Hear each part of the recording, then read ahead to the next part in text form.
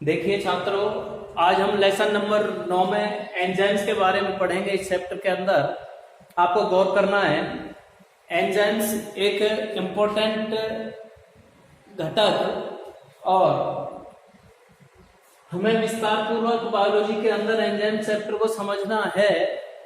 देखिए, एंजाइम इतनी इम्पोर्टेंट रासायनिक क्रियाओं में भाग लेने वाला एक पदार्थ है जिसके बिना मैं कह सकता हूं एंजाइम रासायनिक क्रियाएं संपन्न नहीं हो सकती। वैसे तो हम सामान्य तौर पर बात करें तो जैव तंत्र का जो अस्तित्व है वो विभिन्न प्रकार की विशिष्ट और जटिल जैव रासायनिक क्रियाओं के द्वारा ही संभव हो पाता है। आप एक एक शब्द को गौर से सुनेंगे। जैव तंत्र का जो अस्तित्व है वो विशिष्ट, स्पेशल एंड जटिल कॉम्प्लेक्स जैव रासायनिक बायोकेमिकल रिएक्शंस के द्वारा संभव है। मैंने कहा बॉडी के अंदर, सजीव कोशिका के अंदर अनेक संख्या में जैव रासायनिक क्रियाएं संपन्न होती रहती हैं, है ना। दो शब्द हमारे पास लगे, जैव और रासायनिक। जैव रासायनिक क्रियाएं चलती हैं जिससे बॉडी का संतुलन बना रहता है, बॉडी की कंप्लीटली कार्य की संचालित होती रहती है। लेकिन एक फैक्टर है, हम ये कह सकते हैं कि ये जैव रासायनिक क्रियाएं कुछ संश्लेषणात्मक प्रकार की होती हैं जबकि कुछ विखंडनकारी क्रियाएं भी होती हैं।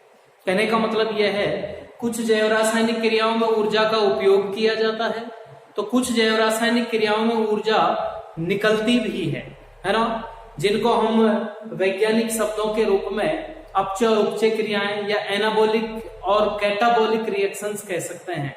और दोनों रिएक्शंस को सम्मिलित रूप में हम मेटाबॉलिज्म कहते हैं। तो मेटाबॉलिज्म एक अच्छा सा शब्द है बायोलॉजी के अंदर, और हम ये कह सकते हैं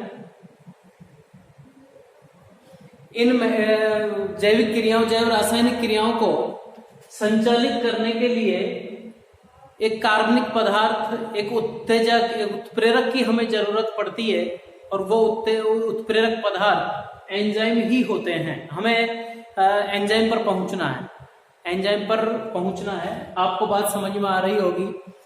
मैंने दो शब्दों का यहाँ उपयोग किया।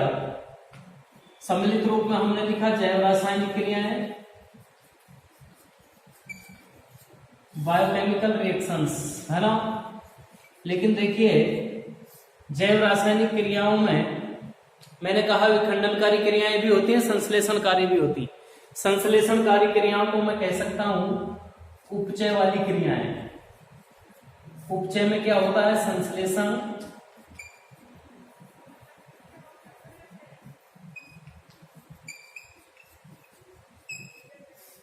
संश्लेषण होता है, और इसको हम कह सकते हैं एनाबॉलिक रिएक्शन। एनाबॉलिक रिएक्शन पाई जाती है, ठीक है। दूसरा मैंने कहा अपचय। अपचय को मैं विघटनकारी क्रिया कह सकता हूं, और इसको कहा जाता है कैटाबॉलिक। दोनों शब्दों को गौर से समझना है। जैव रासायनिक क्रियाएं अपचय और उपचय से मिलकर के बनी है। दोनों को हम कहें तो उपापचय क्रिया कह सकते हैं, उपापचय क्रियाएं। लगातार बॉडी के अंदर जैव संतुलन को बनाए रखने के लिए, जीव के अस्तित्व को बनाए रखने के लिए क्या होती रहती हैं? ऐसी उपापचय क्रियाएं चलती रहती हैं, या फिर जैव रासायनिक क्रियाएं घटित होती रहती हैं। इन उपापचय क्रियाओं को इन दो भागों में हम बांटकर अध्ययन कर सकते हैं, उपचय और अपचय। उपचय को संश्लेषणात्मक क्रियाएं और अपचय को विघटनकारी क्रियाएं भी कह सकते हैं। तो इसका सीधा हम ये समझ सकते हैं, उपचय संश्लेषण एनाबॉलिक रिएक्शन। इसका मतलब इसमें क्या होगा? संश्लेषण का मतलब छोटे घटक आपस में जुड़ते हैं तो एनर्जी का उपयोग किया जाता है। इस क्रिया में ऊर्जा का उपयोग होता है, आपको इतना ध्यान रखना है, ऊर्जा का उपयोग, है ना। जस्ट इसका उल्टा विघटनकारी क्रिया होती है। संश्लेषण में दो घटक जुड़ते हैं, ऊर्जा का उपयोग किया जाता है। विघटनकारी क्रिया में दो घटकों में टूटता है कोई पदार्थ, कैटाबॉलिक रिएक्शन होती है और टूटता है, विखंडन होता है, तो ऊर्जा बाहर निकलती है। इसमें ऊर्जा का उपयोग होता है, जबकि इसमें ऊर्जा बाहर निकलती है, ऊर्जा निकलती है। ठीक है, ये बात आपको अच्छे से समझ में आ गई, दोनों शब्दों को गौर से समझना। अब देखिएगा इन दोनों को यानी एनाबॉलिक और कैटाबॉलिक को मिलाकर के ही मेटाबॉलिक रिएक्शन कहा जाता है, जो हमारे पास ये शब्द है उपापचय क्रिया। लेकिन देखिए बॉडी के अंदर अस्तित्व को बनाए रखने के लिए संश्लेषण वाली उपचय क्रियाएं भी काफी अधिक संख्या में चलती हैं, विघटनकारी अपचय क्रियाएं भी काफी अधिक संख्या में संचालित होती रहती हैं। यानी हम सम्मिलित रूप में कह सकते हैं काफी अधिक मात्रा में अनेकों उपापचय क्रियाएं शरीर के अंदर विशिष्ट और जटिल रूप में संचालित होती रहती हैं। फैक्टर यह है कि ये क्रियाएं किस प्रकार से संचालित होती हैं, कौन इन क्रियाओं को संचालित करवाता है, इन क्रियाओं के संचालन के लिए कहां से उद्दीपन मिलता है ना, कौन उत्प्रेरक की तरह इनको काम करता है ताकि ये क्रियाएं संपन्न हो जाए, उसमें हमें जो जिक्र करना है वो एंजाइम का है, जो हमारे चैप्टर का यहाँ नाम है। ठीक है, कहने का मतलब यह है अनेक सारी जो उपापचय क्रियाएं चलती हैं उन सभी के संचालन के लिए उत्प्रेरक के रूप में एंजाइम काम में आता है, एंजाइम काम में आता है। तो एंजाइम शब्द की अब आपको बात समझ में आ गई होगी। अब हम देखिएगा एंजाइम की एक प्रॉपर परिभाषा लें तो हम एंजाइम को इस तरीके से परिभाषित कर सकते हैं।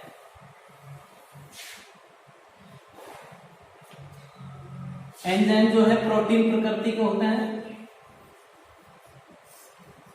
तो प्रोटीन प्रकृति के ऐसे पदार्थ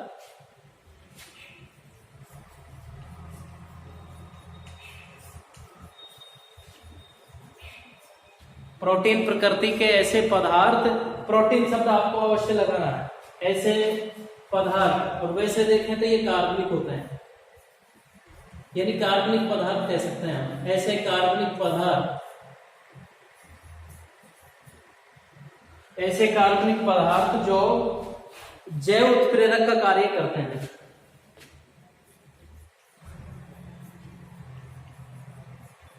जैव उत्प्रेरक का कार्य करते हैं।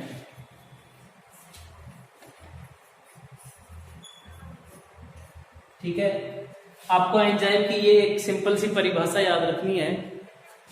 प्रोटीन प्रकृति के ऐसे कार्बनिक पदार्थ प्रोटीन प्रकृति के हैं, वैसे कार्बनिक हैं, लेकिन जो काम कैसा करते हैं, जैव उत्प्रेरक का, जैव उत्प्रेरक का कार्य करते हैं, उन्हें हम एंजाइम कहते हैं। आपको फैक्ट समझ में आएगा एक एक शब्द, है ना। आगे अभी हम जिक्र करेंगे एंजाइम के बारे में, तो हमें ये पता चलेगा कि निश्चित रूप से एंजाइम प्रोटीन के बने होते हैं। प्रोटीन के अलावा कुछ घटक, है ना, कुछ मात्रा में और भी पाए जाते हैं, प्रोस्थेटिक समूह सहकारक भी पाए जाते हैं, लेकिन प्रोटीन अवश्य होगा, है ना।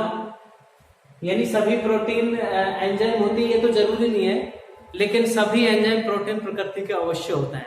आपको लाइन थोड़ा याद रखनी है, तो ये चीज आपको क्लियर समझ में आ जानी चाहिए। अब देखिए हम इसकी हिस्ट्री की बात करें एंजाइम में, तो एंजाइम को जैव उत्प्रेरक के रूप में सर्वप्रथम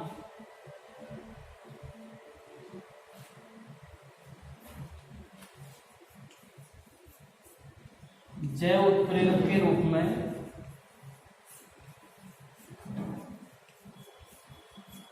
एक वैज्ञानिक है बर्जीलियस।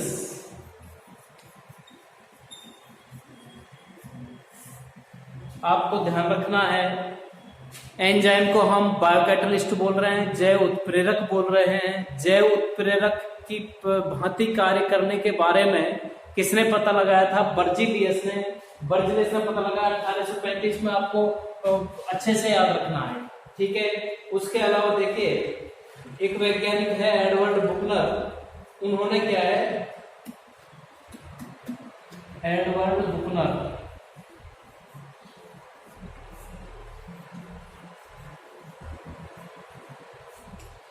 एडवर्ड बुकनर एक वैज्ञानिक, उन्होंने क्या काम किया, यीस्ट कोशिकाओं से सर्वप्रथम एक एंजाइम को खोजा और उसको जाइमेज नाम दिया।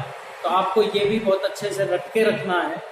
सर्वप्रथम खोजने एंजाइम को खोजने वाला वैज्ञानिक एडवर्ड बुकनर, है ना।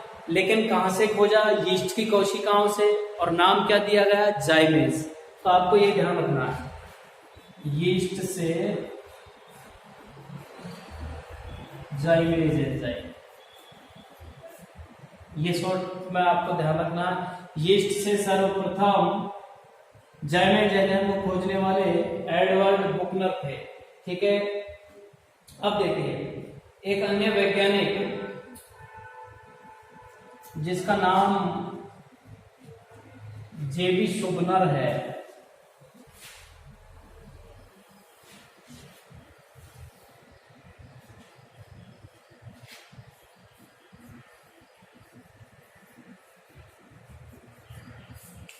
एक वैज्ञानिक जेबी शुबनर, उन्होंने क्या काम किया, एक एंजाइम जिसका नाम यूरिएज है, उस यूरिएज एंजाइम को क्रिस्टलीय रूप में प्राप्त किया था। अच्छा कार्य किया इन्होंने, क्रिस्टलीय रूप में प्राप्त किया था। जेबी शुबनर ने यूरिएज को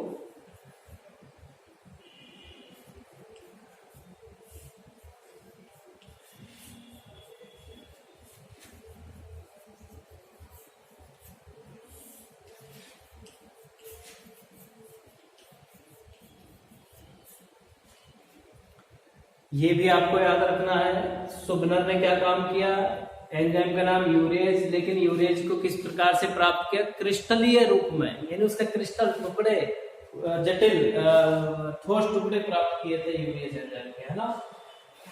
फिर एक अन्य काम,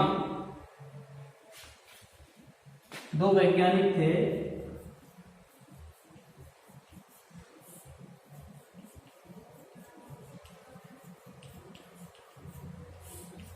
सुमनर व नार्थ्रोप, ये अवश्य रखना है आपको। सुमनर व नार्थ्रोप दोनों वैज्ञानिकों का नाम याद रखना, बहुत इंपॉर्टेंट काम इन्होंने किया।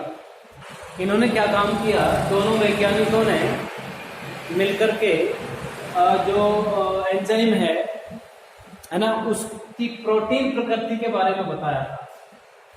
प्रोटीन प्रकृति के बारे में बताया था, कहने का मतलब है इन्होंने बताया कि जो एंजाइम है वो प्रोटीन के बने होते हैं, यानी उनकी प्रकृति प्रोटीन ही होती है, प्रोटीन की बनी होती है ना।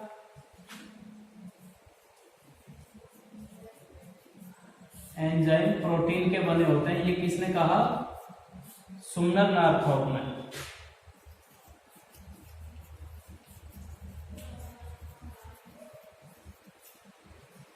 प्रोटीन के बने होते हैं, ये बहुत अच्छी विशेषता है, प्रोटीन के ही बनते हैं वास्तव में, लेकिन आपको ध्यान रखना है ये काम किसने किया, इन दोनों वैज्ञानिकों।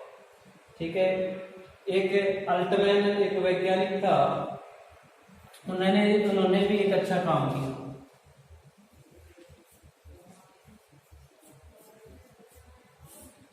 अल्टमैन ने क्या काम किया, एप्रोटीन एंजाइम को खोजा था। मोस्टली प्रोटीन का होता है एंजाइम, इन्होंने एप्रोटीन एंजाइम को खोजा। एप्रोटीन एंजाइम मोस्टली जो बने होते हैं आरएनए के, और उनको कहा गया राइबोजाइम।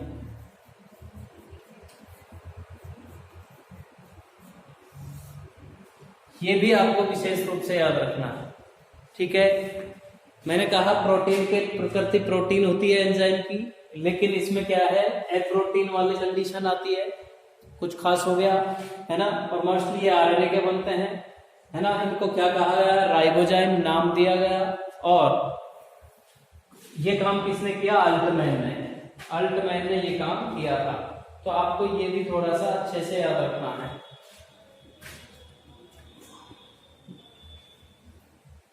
अब देखिए, ये जो जानकारी हमने हासिल की, ये प्रोटीन की एक सामान्य इतिहास, किस तरीके से किसने कब कौन से एंजाइम को किस प्रकार से खोजा, वो सारी जानकारी हम अलग अलग वैज्ञानिकों ने अपना अलग अलग काम किया। देखिए, यूरिएज को क्रिस्टल के रूप में प्राप्त करने का काम जो सुमनर ने किया, ये बहुत इंपॉर्टेंट कार्य है इसके इतिहास में। ठीक है, सुमनर नार्थ्रोप ने बताया कि इनकी प्रकृति प्रोटीन होती है, यानी एंजाइम प्रोटीन के बनते हैं, ये भी बहुत अच्छी है इनकी खोज है विशेष रूप से। और ये एक बिल्कुल यूनिक मामला है राइबोजाइम का, जो आरएनए के बने होते हैं, प्रोटीन इनमें नहीं पाई जाती है, तो इसको भी आपको विशेष रूप से ध्यान रखना। ये काम अल्टमैन ने किया था, है ना। तो ये तो अलग अलग वैज्ञानिकों और उनके द्वारा किए गए कार्यों को अलग अलग आपको याद रखना है। ठीक है, अब देखिए और आपको डेफिनेशन जो दी गई थी वो विशेष रूप से ध्यान रखेंगे। मैंने कहा, सीधा जिक्र हमने किया कि उपापचयी क्रियाएं लगातार लिविंग कोशिकाओं में चलती रहती हैं, लेकिन उनको चलाने के लिए उत्प्रेरक की जरूरत होती है और उत्प्रेरक का काम एंजाइम करते हैं, है ना। दोनों प्रकार की क्रियाएं चलते हैं, विघटनकारी भी संश्लेषणकारी भी। उनको चलाने के लिए ये एंजाइम ही काम में आता है। तो एंजाइम को हमने परिभाषित किया था प्रोटीन प्रकृति के कार्बनिक पदार्थ के रूप में, जो जैव उत्प्रेरक का काम करता है, यानी जैव में होने वाली क्रियाओं को उत्प्रेरित करते हैं, यानी संपन्न करवाते हैं। एक्चुअल में ये क्या काम करते हैं एंजाइम, आगे अभी हम चैप्टर में डिस्कस करेंगे। जो क्रियाकारक होते हैं, अभिकारक कह सकते हैं, अभिकारक जो हैं उनके मध्य पड़ने वाली जो एक्टिवेशन एनर्जी होती है, सक्रियण ऊर्जा जिसको कहते हैं, उस सक्रियण ऊर्जा को कम कर देते हैं। कौन? एंजाइम। अभिकारकों के मध्य बाधा के रूप में पड़ने वाली एनर्जी, जिसको सक्रियण ऊर्जा कहा गया, उसको कम करने का काम एंजाइम करते हैं। जब बाधा पैदा करने वाली एनर्जी घट जाएगी तो बाधा कम उत्पन्न होगी, बाधा नहीं होगी, बाधा नहीं लगेगी तो अभिकारक जल्दी से उत्पाद में बदल जाएंगे, यानी अभिक्रिया बहुत जल्दी संपन्न हो जाएगी। तो अभिक्रिया को संपन्न कराने में उत्प्रेरक के जैसा रोल किसने किया? एंजाइम ने, क्योंकि इसने बाधा उत्पन्न करने वाली सक्रियण ऊर्जा को कम कर दिया था, जिससे उत्पाद बन जाते हैं, प्रोडक्ट, यानी क्रिया संपन्न हो जाती है। तो क्रिया संपन्न करवाने में अहम योगदान एंजाइम का होता है। जैसे हम रसायन में कैटलिस्ट पढ़ते हैं, ये जीव विज्ञान में पढ़ा जाता है, इसलिए आगे जैव लगाया जाता है। जैव उत्प्रेरक का काम एंजाइम करता है। ठीक है, आगे अब हम एंजाइम की स्ट्रक्चर, एंजाइम के टाइप्स, एंजाइम की के कैरेक्टर्स, उन सबको, और एंजाइम की जो मैकेनिज्म है, क्रियाविधि है, उन सबको बारी बारी से पढ़ेंगे, एक एक को समझेंगे नेक्स्ट वीडियो में।